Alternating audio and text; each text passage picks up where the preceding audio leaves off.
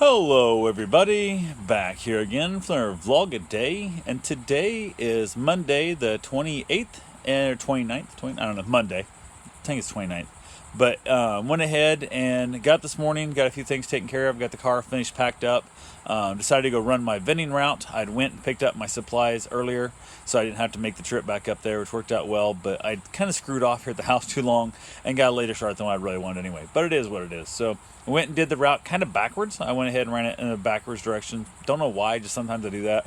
Wanted to make sure the one machine that I usually do last is kind of the one that gets the short fills most of the time, because I'm whatever's left over, and then I just keep always filling it with whatever's left over. And I thought, screw it. If I run it backwards, then it'll get the top fill, and everything get topped off as much as it can. So went ahead and did that.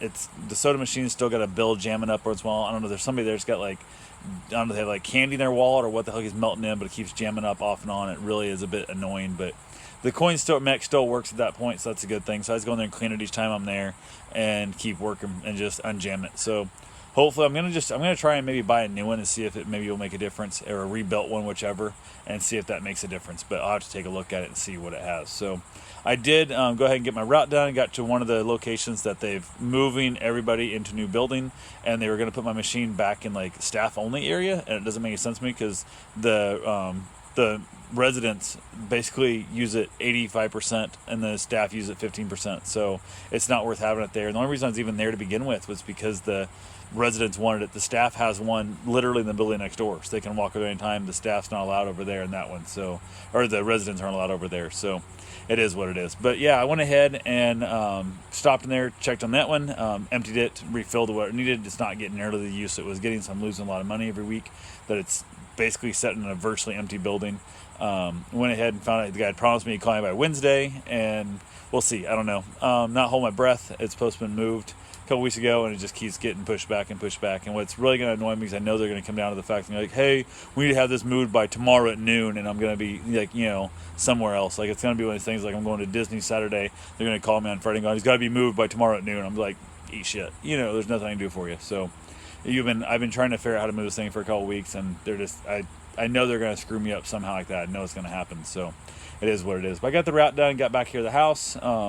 Again, just dealing with some rain here and there. It's never a great thing, but it is what it is. So could have been worse. Could have been, I don't know. I'm not sure if I like the rain or the super hot worse, because super hot wants to melt my stuff. The rain makes everything wet, so it sucks both ways. So it is what it is. But yeah, got back here to the house, went ahead and got everything put away, got a few things taken care of here and there, got my run in. I did get a shower done. Actually, before I got my shower done, I moved the kayaks out, put them in the yard, got them ready to go. Got my shower, got him cleaned up and stuff, because I was just gross from the running and the working and stuff. We decided we were going to go out with a couple of friends of ours. There's some other people going to meet up too I'd never met before. We went out to Haulover Canal to go do some bioluminescence kayaking, and had ourselves a great time. We drove down, wasn't sure where we were going to meet at. As we were getting there, got a text message saying they were going to a different spot than we originally planned on meeting. And ironically, that turned out to be the wrong road, so we turned around, come back and stuff. We found where they're at. Everything worked out great. So everything was good there. But we went out kayaking, dropped the kayaks in, paddled around a little bit. It was still daylight. Met up the other two people we were meeting with. Then we basically, all four was put in at the same time, met the other two people we've never met before, talked to them a little bit in the water, saw a couple dolphins very momentarily, small amounts of dolphins, a bunch of manatees, got a bunch of manatees coming up, petting their nose, the whole 9 yards. They were just all over the place, some great photos. Headed on out into the bigger area in the Mosquito Lagoon, and watched a bunch of animals, heard all kinds of stuff going on. Saw like a log way off in the distance.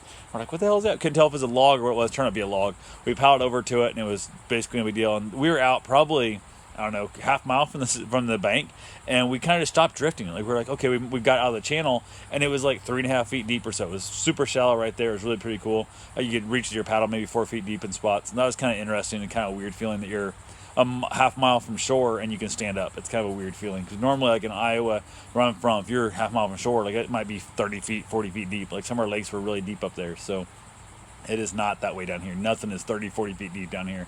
It's ridiculous unless you get out off the shore, off the coast. So went ahead, ended up getting dark on us finally, and the bioluminescence came out, and it was way better than it was a little over a week ago. He's out before, first time. and it was amazing. At this point, we could literally scoop it up in our hand, and as it would drain out of your hand, you would see look like little fireflies still in your hand, like hold it there in your hand. It was amazingly gorgeous. It was so cool.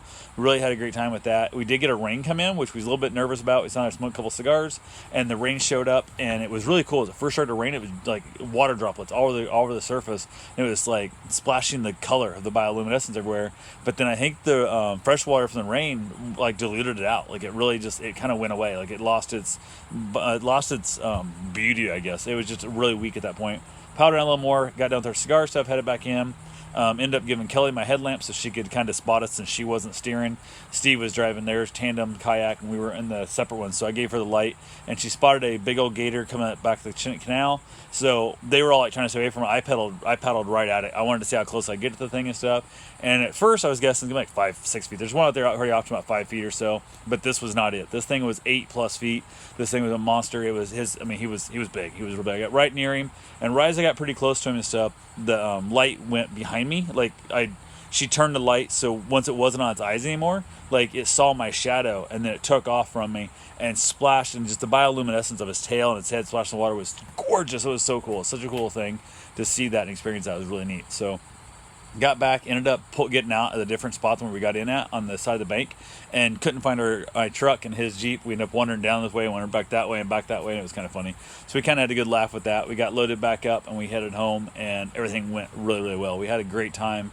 We had a lot of fun, and we're definitely looking forward to it again. It's something about doing it Wednesday. I don't know if they mean like this Wednesday or next Wednesday. I think they mean this Wednesday. Karen thinks they mean next Wednesday. So we'll see, I guess. We'll get a hold and find out what's going on. But I'm not going to take my kayaks out of the truck, because if we're going back out on Wednesday, it isn't worth unloading them and loading them back up again. Because that's the worst part of kayaking is loading and unloading the kayaks. So, but yeah, other than that, had a great time. Got back home safe, all that fun stuff. And I will talk to you guys tomorrow. Have yourself a safe, wonderful day. Thanks for watching.